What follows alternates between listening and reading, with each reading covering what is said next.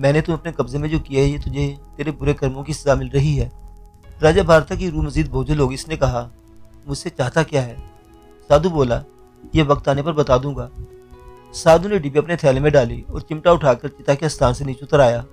وہ تیز تیز قدموں سے چلتا پہاڑی کی ڈھلان اترنے لگا۔ پہاڑی کے دامن میں ایک دریا بہہ رہا تھا۔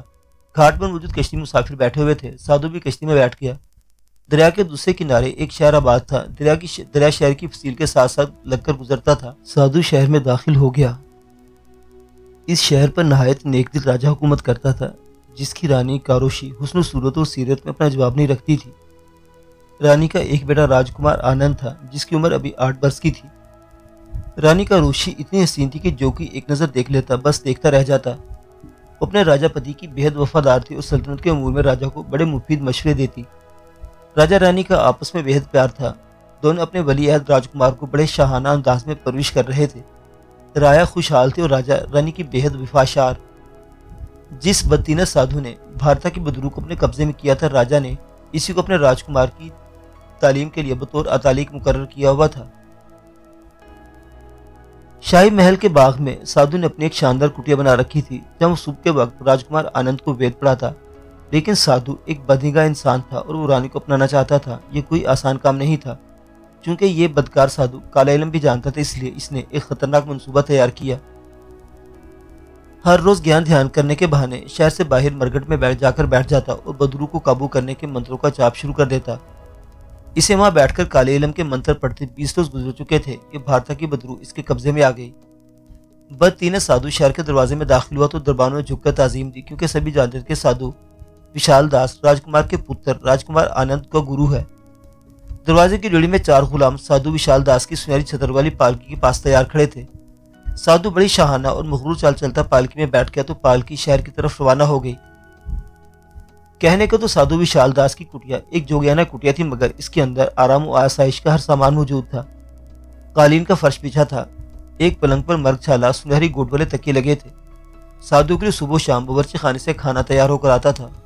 سورج نکلنے کے بعد راجکمار اشنان کر کے شاہی لباس زیب تن کیے آ کر سادھو وشال داس کو ادب سے جھک کر پرنام کرتا اور پھر سونے کی چوکی پر آلتی پالتی مار کر بیٹھ جاتا۔ سادھو وشال بڑی شفقت سے ویدوں کا درس دینے لگتا۔ 1 گھنٹے بعد راجہ کے خاص محافظ آ کر راجکمار کو پالکی میں بٹھا کر واپس شاہی محل لے جاتے۔ کبھی کبھی راجہ سادھو وشال کو اپنے محل میں بٹھا کر اپنے ساتھ کھانا کھلاتا۔ سادھو وشال درزیدہ نظروں سے رانی کاروشی کا حسن و جمال کا نظارہ کرتا اور دل مسوس کر رہ جاتا۔ لیکن وہ بڑا خوش اپنی کٹیا میں داخل ہوا تھا۔ اس کے خطرناک منصوبے کا سب سے مشکل مرحلہ طے ہو گیا تھا کہ ایک بدرو اس کے قابو میں آ گئی تھی، جس سے وہ اپنی مرضی کے مطابق کام لے سکتا تھا۔ سادھو وشال نے بانس کی ڈبیا جس میں بھارتا کی روح بند تھی تھیلے سے نکال کر سندر کے ایک صندوق میں بند کر کے رکھ دی۔ اس نے لباس تبدیل کر کے قیمتی دوشالہ رشیوں کے انداز میں اوڑا، ماتھے پر سندور کا نیا ترشول نما ٹیکا لگایا اور جھونپڑے کے باہر تلسی کے چبوترے کے پاس بچھے چاندی کے پایوں والے تخت پر بیٹھ کر بانس کی شاخوں پر لکھے ویدوں کے شلوک کا مطالعہ کرنے لگا۔ یہ اس سادھو کا سب کچھ دکھاوا تھا۔ جب سے وہ اس محل میں شاہی اتالیق مقرر ہوا تھا، اس نے رانی کاروشی کو دیکھا تھا۔ اس کا من بھگوان کے گیان دھیان سے اچٹ گیا تھا۔ شیطانی خیالات نے اس کے دل میں گھر کر لیا تھا اور وہ 24 گھنٹے رانی کاروشی کو حاصل کرنے کی ادھیڑ بن میں لگا رہتا تھا۔ موسم خوشگوار تھا، کیاریوں میں گیندے اور گلاب کے پھول کھلے تھے، دھوپ میں ابھی حدت نہیں آئی تھی۔ یہ چیت وساکھ کا موسم تھا، شاہی باغ کے آموں پر بور آ چکا تھا اور اس پر بھنورے منڈلا رہے تھے۔ سادھو وشال کی آنکھیں وید کے پتروں پر لگی تھی، مگر من میں رانی کاروشی کا سراپا بسا ہوا تھا۔ وہ اسے کئی زاویوں سے دیکھ رہا تھا۔ اتنے میں شاہی کنیز تھال میں چندن اور ناریل لے کر حاضر ہوئی اور عرض کی کہ مہاراج نے یاد کیا ہے۔ سادھو وشال بڑا خوش ہوا، کیونکہ اس بہانے سے رانی کاروشی کے قریب ہونے کا موقع مل رہا تھا۔ اس نے کنیز کو آشیرواد دی اور شاہی محل کی طرف چل پڑا۔ نیگدت راجہ محل کے پائیں باغ میں شاہی چھتر کے نیچے رانی کے پاس بیٹھا باتیں کر رہا تھا۔ 2 کنیزیں پیچھے مورچل ہلا رہی تھی۔ سادھو وشال نے جاتے ہی ہاتھ بلند کر کے راجہ کو آشیرواد دی۔ راجہ نے اٹھ کر سادھو کا خیر مقدم کیا اور اپنے سامنے کرسی پیش کی۔ سادھو نے رانی پر ایک درزیدہ نگاہ ڈالی۔ رانی کاروشی نے کئی بار محسوس کیا تھا کہ سادھو وشال جس کو کبھی کبھی عجیب سی نظروں سے دیکھتا ہے، مگر اس نے کوئی خیال نہ کیا تھا، اس لیے کہ رانی ایک تو بے حد وفاشار اور پاکیزہ خیال والی عورت تھی، دوسرا سادھو وشال ایک عالم اور گھنی رشمینی تھا اور وہ راجکمار کو بڑی محنت سے وید پڑھا رہا تھا۔ راجہ نے متسن سے ٹیک لگاتے ہوئے کہا، مہاراج، ہمارا راجکمار ویدوں میں کتنے ادھیائے پڑھ چکا ہے؟ سادھو وشال بولا، مہاراج میں اسے رگ وید کے 12 ادھیائے کی تفسیر پڑھا چکا ہوں۔ راجہ خوش ہوا۔ رانی نے پوچھا مہاراج آپ یہاں خوش ہیں نا؟ سادھو وشال نے گہری نگاہ رانی پر ڈالی اور کہا رانی صاحبہ آپ کی کرپا سے میں یہاں ہر طرح سے خوش ہوں، میرا تو کسی دوسری سلطنت میں جانے کو دل نہیں چاہتا۔ راجہ بولا مہاراج ہم بھی آپ کو جدا نہیں کرنا چاہتے، یہ ہماری خوش نصیبی ہے کہ آپ جیسا گیانی دھیانی رشی ہمارے بیٹے کی ذہنی تربیت کر رہا ہے۔ کچھ دیر باتیں کرنے کے بعد راجہ نے سادھو وشال کو رخصت کر دیا۔ اپنی کٹیا میں آ کر سادھو وشال کا من بے چین سا ہونے لگا۔ آج رانی کاروشی اسے بے حد حسین لگی تھی۔ سادھو وشال نے اسی رات اپنے خطرناک منصوبے پر عمل کرنے کا فیصلہ کر لیا۔ معزز سامعین حضرات، یہ داستان ابھی جاری ہے، بقیہ واقعات اگلی قسط میں دیکھتے رہیے ہمارا چینل۔ اللہ حافظ۔